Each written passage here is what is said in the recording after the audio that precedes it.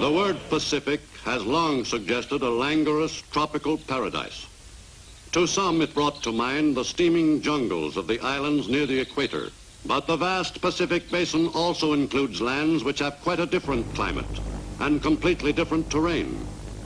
In the north, the Pacific is dotted by a chain of islands lying between Japan and North America. In 1941, the Aleutians assumed a sudden, immediate importance.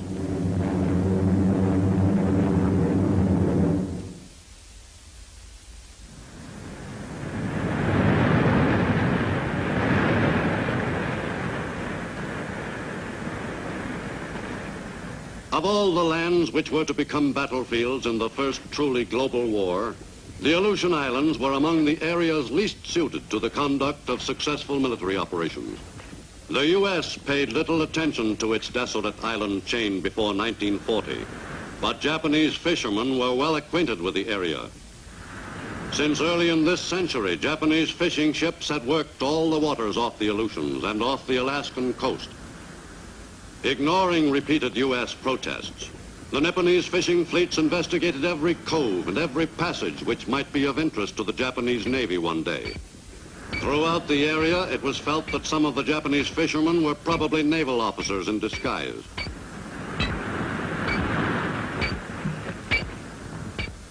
The 30,000 Americans who populated the territory of Alaska were clustered chiefly in a few cities on the mainland.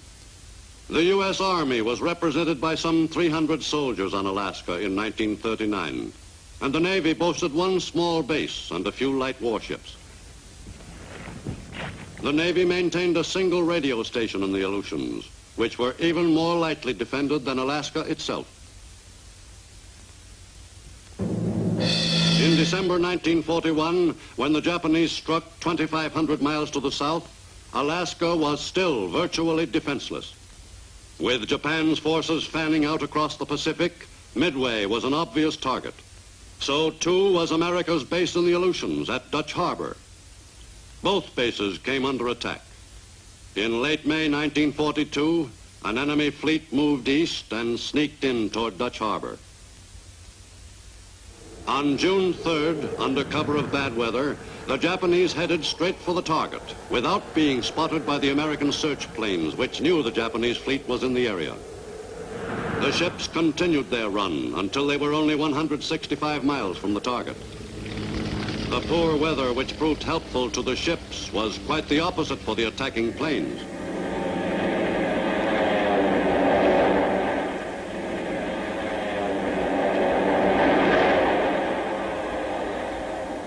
Of the planes which left the Japanese carriers for the strike at Dutch Harbor, many were subsequently forced to turn back. But those that got through, 17 planes, made it a most successful strike from the Japanese point of view. Over Dutch Harbor, the weather was good, and the pilots had no trouble finding likely targets. The tank farm, radio station, Army barracks, and moored Navy planes. In 2 attacks, Dutch Harbor suffered appreciable damage to its facilities. On the west coast of the United States proper, the attack on Dutch Harbor brought the war even closer. Preparations for the defense of the nation were intensified. In the states bordering the Pacific, an enemy attack was considered imminent. Soon after the enemy strike on Pearl Harbor, the Japanese living along the west coast were quickly moved inland, away from critical defense areas.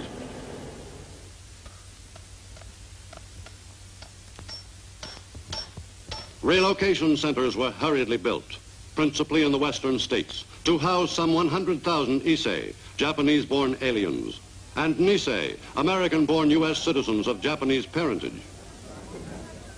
For the next 3 years, the Japanese areas of large west coast cities were to remain deserted. In the Pacific states, defense preparations were taken with growing seriousness as enemy submarines ventured into waters just off the U.S. mainland. An enemy air attack was regarded as a distinct possibility at almost any moment. The coastal area, stretching inland for 150 miles, was ordered thoroughly blacked out. The simple dim out was over. Under the new ruling, not a ray of light would be visible to guide any enemy vessel offshore. Coast artillery was emplaced along the shore from the Canadian border to Mexico. The entire West Coast became an armed camp. Troops by the thousands arrived and began rehearsals for combating an enemy attack. These practice operations were conducted with grim efficiency. If the Japanese should strike against U.S. coastal cities, either by air or by sea, they would receive a warm reception. The West Coast was fully alerted for any attack. From the score of camps in the states bordering the Pacific, thousands of American fighting men embarked on the first leg of their trip to the fighting fronts in the Pacific, charged with stopping the enemy's continuing advance. In the northern Pacific, a Japanese fleet carrying an occupation force moved toward the Aleutians on the second day of the strike on Dutch Harbor. The seizure of several islands in the western Aleutians would protect the enemy's northern flank and move Japanese forces into position for regular attacks against U.S. bases. Originally scheduled to occupy 3 islands, Japanese soldiers were now assigned to seize only 2, Attu and Kiska. On June 6th, while a large Japanese fleet was being defeated at Midway, the Emperor's troops went ashore at Kiska and quickly took possession of the island. With the enemy firmly situated on Kiska and on Attu at the tip of the Aleutian chain, the security of Alaska was endangered. The Japanese in the Aleutians constituted a potential threat to the American mainland. To halt the Japanese advance along the island chain, an American force occupied Adak, only 250 miles from the Japanese on Kiska. The landing on Adak was made on August 30th, 1942. It marked the end of the period of strictly defensive operations for U.S. forces in the northern Pacific. From this point onward, American troops would be on the offensive in the Aleutians as elsewhere in the Pacific. To implement that offensive, the necessary materiel was brought up. The mounting of the advance against the Japanese in the Aleutians involved a heavy investment to the U.S. Much of the equipment was not suited to use in the Aleutians. The GIs who were to make the offensive were handicapped by the twin problems of terrain and weather, both abominable, especially for military operations. Just as important as the combat units to the success of operations in the Aleutians were the construction battalions.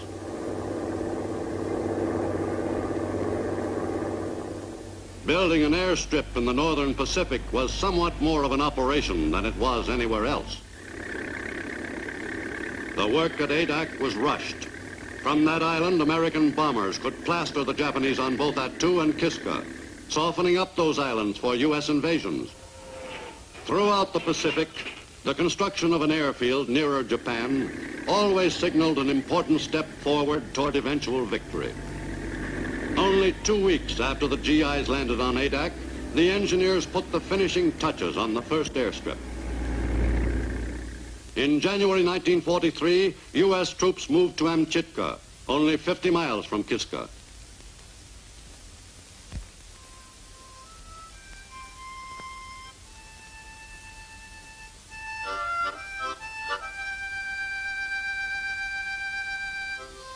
In World War II, Army life was summarized in the phrase, "Hurry up and wait." This pattern of living was followed especially closely by the GIs in the Aleutians. Life at an Aleutians base was simply a succession of drab days, spent in the same rigidly monotonous routine. There were precious few hours each day when a GI felt as though he was still part of the human race. After a while, it was hard to keep track of the days and weeks. Every day was just like every other day. But sometimes there was a break in the weather. The change was usually for the worse. When a Willowa or Aleutian windstorm started blowing, all the GIs on the islands quickly battened down their shelters. Some of the men had seen some pretty strong twisters in the U.S., but nothing to compare with a full-scale Willowa. The Aleutian weather was, of course, a particular problem to the Air Force. On an average day, the weather ranged from poor to impossible. Keeping a North Pacific air base in operating condition was a job that required plenty of patience and determination. The job proved to be quite a novelty to those GIs who had spent all their time before the war in the southern states of the U.S. Some never would get used to the Aleutians.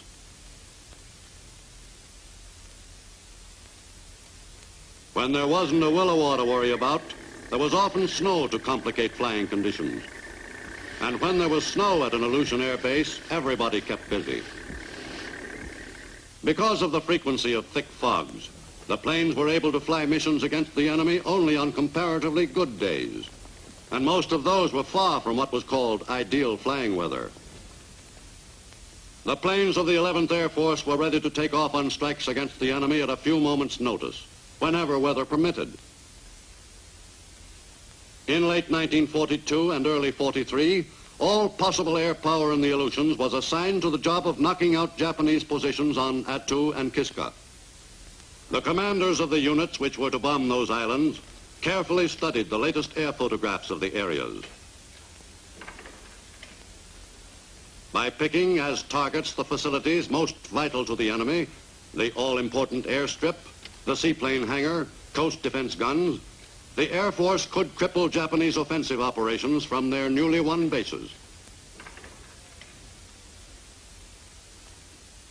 Before every mission, the pilots were briefed on their specific objectives.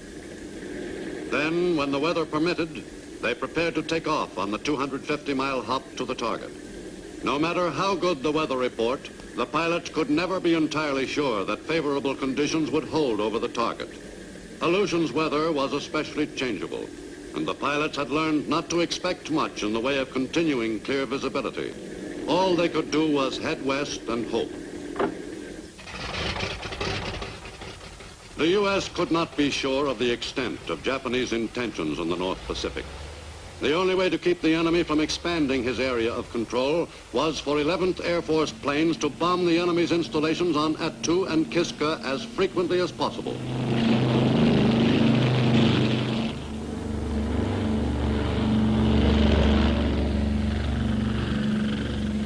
It had become apparent, even to the usually skeptical Navy, that air power was the key to victory in the Aleutians. The Air Force itself had come to the same conclusion somewhat earlier. As far back as 1922, General Billy Mitchell had said, Alaska could become the stepping stone of invasion from the Orient, and it can be defended only by air power. And in 1940, Colonel Buckner, Ground Forces Commander in Alaska, stated, "One squadron of heavy bombers is of more use to me than a division of ground troops." The regular bombing of Kiska was a major factor in the turning of the tide of battle in the Aleutians. Missions to Kiska were far from routine. Enemy anti-aircraft fire was heavy. On the early missions, bombing of targets was entirely visual.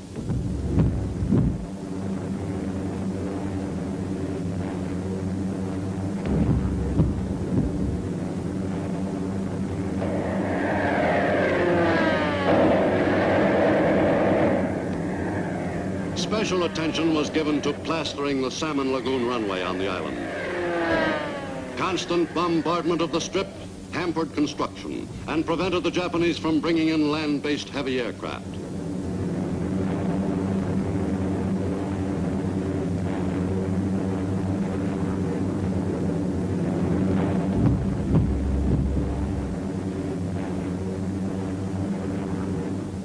Besides the heavy flak which the enemy threw up, the attacking bombers had to cope with Japanese fighters.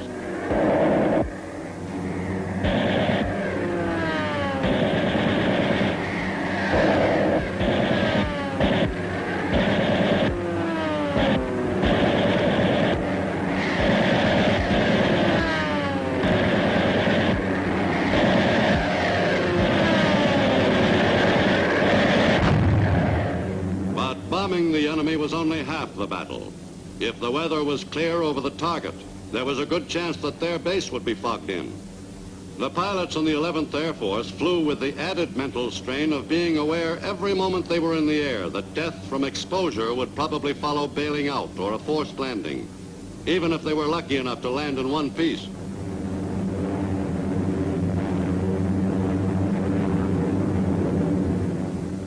After the flight back, the best sight in the world was the base control tower. Whatever the weather, each landing in the Aleutians was a new adventure, even for veteran pilots. Many of the 11th Air Force pilots who had been trained in Texas had to readjust completely to conditions in the northern Pacific. Since the complement of planes in Alaska and the Aleutians was fairly limited, the loss of even one plane would be keenly felt. The pilots always had to contend with fog, high wind, rain, or ice, always more of a hazard than the enemy.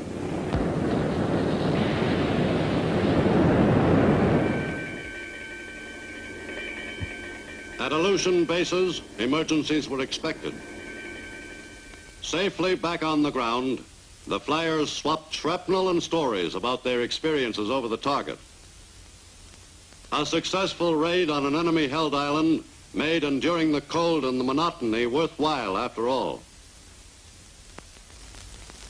In May 1943, a U.S. assault force moved toward Attu, the Japanese-held island at the tip of the Aleutian chain. On the morning of May 11th, the invasion force stood offshore. From U.S. submarines, Army scouts headed for shore in advance of the main landing force to reconnoiter the areas behind the landing beaches and to destroy enemy installations wherever possible. Then, shortly after 2 p.m., the warships laid down a barrage as cover for the main landing forces.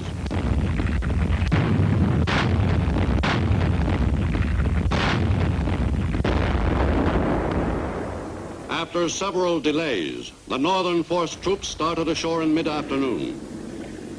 Their landing was to be made at a point about 3 miles from the main Japanese camp on the island. Air support was extremely limited because of the heavy fog over Attu. On the southern side of the island, the main American force landed at the mouth of Massacre Valley. The 7th Division GIs felt somewhat uneasy about landing at a spot so forbiddingly named. A foothold was gained without opposition, but it was vital for the GIs to try to gain some of the high ground commanding the valley area before the battle with the enemy began. The men dug in, ready to fight for that beachhead. The high ground flanking the valley was dominated by the enemy. Japanese troops were outnumbered 5 to 1, but they held an important terrain advantage. The battle for Attu began late that first afternoon. U.S. weapons went into action against carefully prepared Japanese positions. The GIs were handicapped by equipment and clothing which proved unsuited to the demands of Aleutian weather and terrain. The enemy, on the other hand, was well prepared for this type of warfare. The Japanese fought savagely to retain possession of the strategic high ground. Some GIs almost gained the heights before being driven back by the enemy's withering fire. For 19 days, the battle for Attu raged on.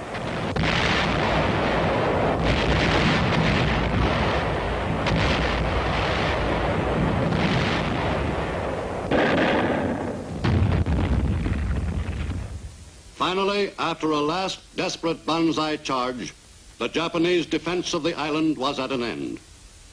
The frenzied enemy attack had carried the Japanese troops into the American lines, where they were virtually wiped out by Army engineers. Most of the remaining Japanese who were not killed in the hand-to-hand struggle committed suicide rather than surrender. After the annihilation of the Japanese force which had made the banzai charge, the Imperial Japanese High Command, 1,800 miles away in Tokyo, conceded defeat on May 30th.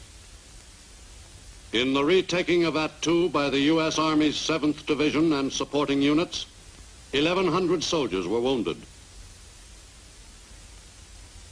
400 soldiers gave their lives in the battle for Attu.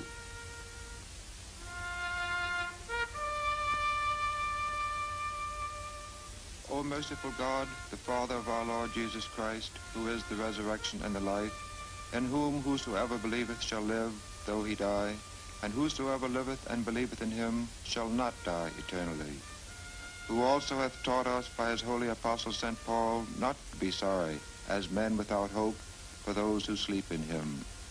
We humbly beseech thee, O Father, to raise us from the death of sin unto the life of righteousness. With Attu once more in American hands, Kiska became untenable for the Japanese, and they abandoned the island in late July. The evacuation was conducted under cover of a heavy fog. The enemy ships were not detected by American patrol craft. On August 15th, a strong U.S. invasion force prepared to assault the island. Making the attack were the U.S. Army's 7th Division and supporting units of the Canadian Army and U.S. Western Defense Command. The GIs who were to spearhead the assault were warned to expect Japanese defenses about 7 times as formidable as those on Attu. The invasion troops were prepared to storm ashore and overpower the enemy. 7,000 U.S. troops went ashore within the first 14 hours. An additional 4,000 men were ready to land in support of the original force. Benefiting from errors made at Attu, the Kiska invasion had been carefully planned. The supplies and equipment which would be needed in short order by the fighting men started arriving on the beach quickly. After more than a year of fighting a holding action in the Aleutians with inadequate equipment, the U.S. had finally mounted an invasion force worthy of the term. Kiska was the consummation of all the effort that had been poured into the Aleutian War by the U.S. But the assault troops found no Japanese. There was considerable evidence of the effective work which had been done in the area by the U.S. Navy and Air Force. The enemy had been under heavy bombardment from sea and air for about a year before evacuating the island. Japanese equipment on Kiska indicated that the battle would have been a bloody one if the U.S. invasion had been made a month or 2 earlier. Many of the GIs felt relieved that the invasion had turned into a simple occupation. The Japanese had left suddenly, but not before booby-trapping the place thoroughly. In Japan, the enemy's war production was geared to a more and more demanding schedule as Japanese troops lost ground in the Pacific. Soon after the start of war with the United States and Western allies, the shortage of labor in Japanese war plants was aggravated. Only 3 months after the Pearl Harbor strike, labor conscription was put into effect, applying to everyone over 15 years of age of either sex. Factory workers could be moved from city to city as needed. The daily fixed rate of pay ranged from 1 yen to 1 3/5 yen, between 25 and 40 cents in U.S. money at the time. The working day was increased to 16 hours. The work week was a full 7 days. And in addition to the daily 16-hour stint, workers had to fill 2 night shifts each week. Women comprised the majority of Japan's war workers. Every available able-bodied person in Japan above elementary school age was pressed into war work.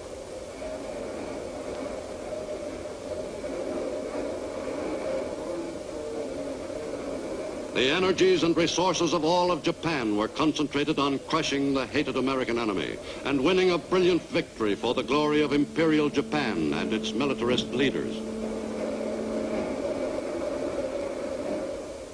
With the Aleutians completely regained, the U.S. command turned its attention farther westward to the Kuril Islands.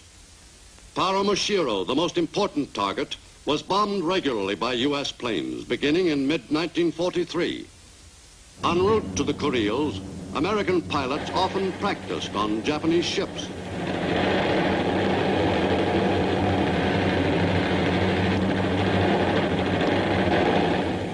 As they neared the Japanese islands, these opportunities increased.